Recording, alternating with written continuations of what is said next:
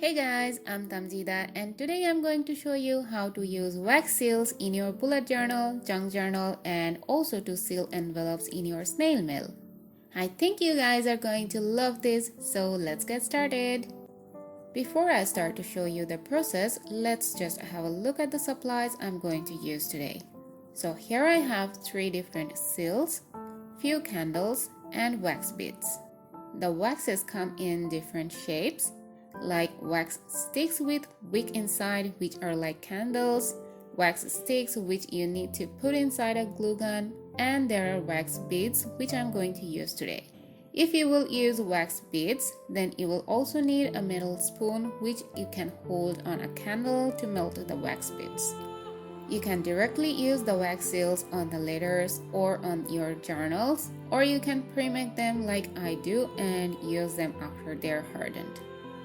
So if you are planning to pre-make them, then you will need some wax papers or baking papers as well. Here, as you can see, I'm taking 3 beads because I found that 3 beads are enough for the seals I have. If you have bigger or smaller seals, you just need to adjust the number of beads accordingly.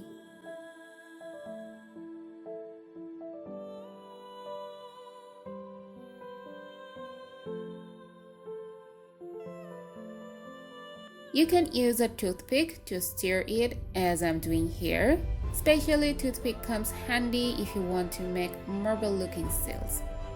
Don't heat the wax beads for too long, otherwise it will start to bubble and the outcome will not nice.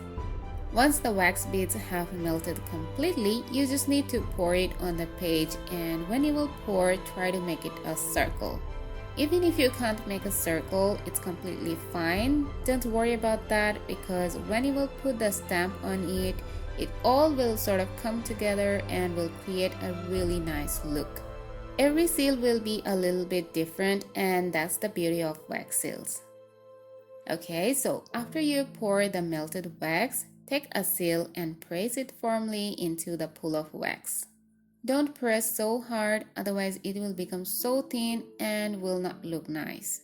Now give it a few seconds to dry.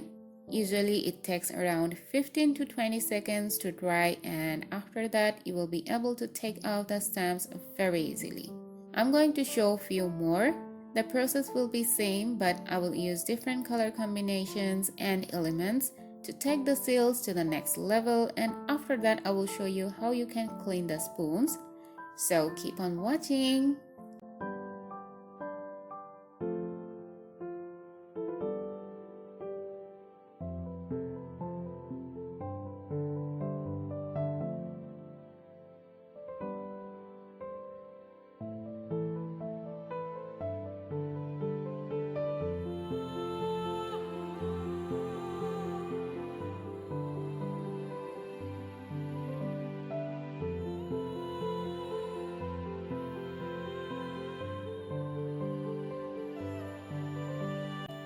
As you can see, I already cleaned this one. The cleaning process is pretty simple.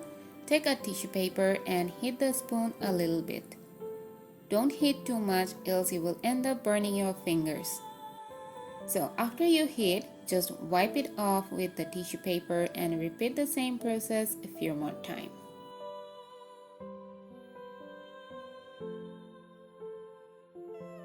And we are done! I peeled off the wax seals from the wax paper.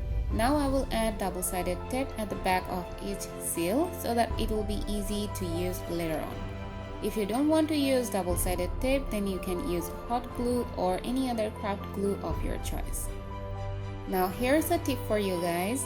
If you want to make bulk amount of seals, then it's better to keep a bowl full of ice cubes and keep the stamps on the ice cubes for a few seconds before you put that on the melted wax. And of course, wipe out the water before you put the seal on the wax. The cold stamps speed up the drying process and saves a lot of time. So that's all for today. I hope you guys enjoyed this video. If you did, please give it a thumbs up and share with your crafty friends. Please don't forget to subscribe to my channel and press the bell icon so that you can get notification when I upload new tutorials. I'll see you guys soon with a new tutorial. Till then, bye bye and happy crafting!